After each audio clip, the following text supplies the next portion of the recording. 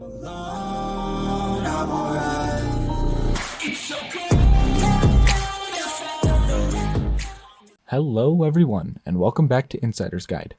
Today, we're talking about one of the best spring skiing resorts in the country, Arapahoe Basin. Now, of course, Arapahoe Basin is great during the winter, but they especially specialize in the spring season, having one of the longest ski seasons in the country, lasting into June and sometimes July. Now, for those of you who are new, in this series, I share insider's tips and knowledge with all of you, aimed at maximizing your days at the fine ski resorts of the West. With that, let's begin. An Insider's Guide to Ski Resorts, edition, Arapahoe Basin. Now, Arapahoe Basin has only one base area, seen here. From the plaza, right here, you can get on the Black Mountain Express, or you can ski down to either Molly Hogan, which, contrary to the trail map, is actually a quad, or down to the Pollavicini double chair. In order to get back up to Black Mountain from Pollavicini, you must either ride Pollavicini up, or take off your skis and hike back up along here. We'll talk a lot more about the Pollavicini side in Part 7b. The Black Mountain Express high-speed quad out of the base here is a nice short 3 or 4 minute ride. It can get some lines at the beginning of the day from everyone getting on the mountain. At these times, it can be beneficial to go down and take Pollavicini instead. In the afternoons, traffic tends to calm down at Black Mountain, making it a nice short lap. The Black Mountain Express serves the only main mountain green terrain. Wrangler, which goes all the way out and around and comes back down, is a shallow groomer. Down at the bottom, right here where Chisholm Trail breaks off, right here, it does get a touch narrow. Sundance, this green, is nice and wide all the way down. Chisholm Trail itself is a road that switches back between Sundance and Wrangler, and then to the outside of Wrangler and back. Between Sundance and Wrangler are a few of these kids' trails: Lynx Glade, TB Glade, Weasel Way, North Fork, and Moose Hollow. They are fun, narrow little tree trails with some props set up in the forest. High Noon and Ramrod are the two blues off of Black Mountain.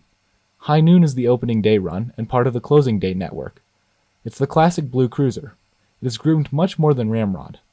Ramrod can be nice when it hasn't been groomed in a few days because it gets real small moguls that are great for those who are just learning how to do moguls. Exhibition, this black underneath the lift, is a more traditional black mogul run. However, when compared to blacks such as the infamous mogul blacks at Mary Jane, it is not near as steep. Off the top of Black Mountain, you can go down Wrangler a ways and then get on the Lenawee Mountain 6-pack. Now, at the time I'm writing this, April of 2022, Lenawee is still a triple, but in the next few months, she'll be replaced with a 6-pack. That's why this trail map shows a triple. By the time a vast majority of you are watching this, she'll be a 6, so we're going to roll with that for the rest of the series. Lenawee is by far the most popular lift on the mountain. The old triple chair could get some significant lines on peak days. Now, of course, significant lines are relative. Significant lines for a basin are only around 5 minutes. Now, with the 6-pack, those lines should be somewhat alleviated. One of the main reasons the triple would get such big lines is because of misloads with the fixed grip lift, but with a 3-second increase in loading interval, the 6-pack should fare with many less stops and slowdowns. Lenawee is popular for a reason. The reason is twofold. The first is that it is the intermediate lift for anyone coming from Black Mountain to get to the Beavers or Zuma Bowl, to be discussed next episode. However, by far the biggest reason Lenawee is so popular is because it serves excellent intermediate terrain. For the most part, this whole Lenawee pod is an open area where you can pick and choose which line to go down. A few are consistently groomed, such as Humbug, Lenawee Face, Durkam's Gulch, Powerline, West Wall, and Norway Face. Others, especially the lower Lenawee zone, are not groomed. The most popular run off the top is Lenawee Face. Coming off of Lenawee Face or Humbug, you'll come up on a 4-way fork. On the skier's far right will be the East Wall Traverse, which will get you to Land of the Giants and Lower East Wall. These are great open powder fields, although they do require you to traverse across to get to them. The East Wall Traverse also gives you access to this boot pack right here, which gives you access to the snorkel. These are all chutes for those of you adrenaline junkies out there. At the bottom of Lenawee Face, if you go pretty much straight ahead, you can access Dragon and Falcon and all of the other little offshoots. These runs are all ungroomed and have a little bit of a run out, so keep up your speed towards the bottom. At the fork, if you go slightly left, just to the left of the building that's right here, the Steel Hang Hut, you'll get access to Lenawee Parks and Gentry. These are a little bit more open than Dragon and Falcon, but are also ungroomed. These bring you back through the woods to this part of Wrangler, right here, from which you can go back to hit another lap on Lenawee. And then, of course, there's the overwhelmingly popular option to go to the far skier's left option and ski down Durkam's Gulch. All of this other upper Lenawee runs here drop onto Durkam's Gulch. Durkam's Gulch goes all the way across this way before bending back right here.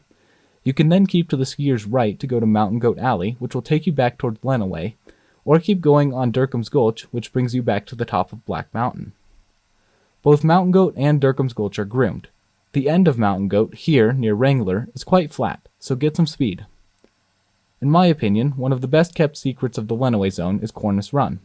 Because everyone wants to go down right under the lift, Cornice Run, Knowles, King Cornice, and Westwall are way less busy than the Lenawee Face area.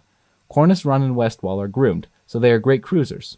Knowles and King Cornice are great spots to get some untouched powder, even a day or two after a storm. That about wraps it up for the front side of A Basin, save for Pallavicini, of course. In Part B, we'll wrap up Arapahoe Basin by talking about Pallavicini and the Beavers, and the Zoomable.